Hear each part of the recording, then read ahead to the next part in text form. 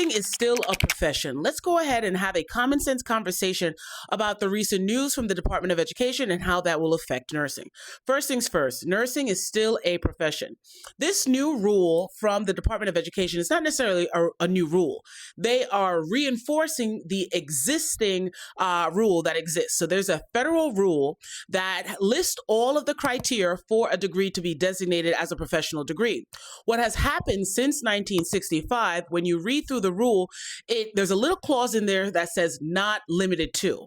And that's where professions like advanced degrees in nursing, audiology, PAs, speech language pathologists, and a bunch of others fell into that category, into that little caveat right there.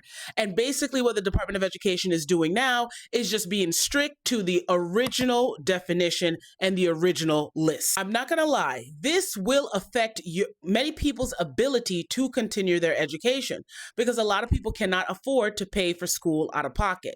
However, I don't think people should give up on pursuing nursing, specifically advanced degrees in nursing. You just have to create a strategic plan and create a strategic financial plan.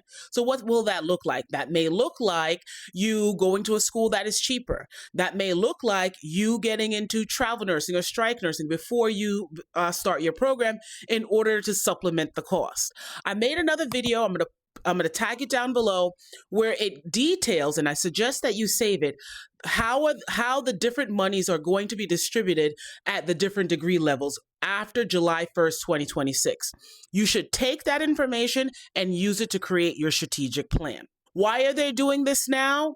I'm pretty sure they have a bunch of reasons. One of the rationales that they're using is if they give out less money, if the federal government is responsible for less loans, right, giving out less money, that will inadvertently force schools to lower their prices, making the cost of school more economical for everybody.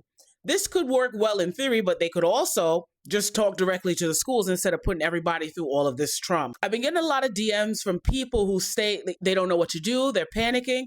I think the best response to this enforcement of this old rule is to aggressively pursue your education. Think about it. Why are they consistently going out of their way to make it harder for you to advance your education? If you have any questions, put them down in the comments, and you can always send me a DM or an email, or we can talk one-on-one.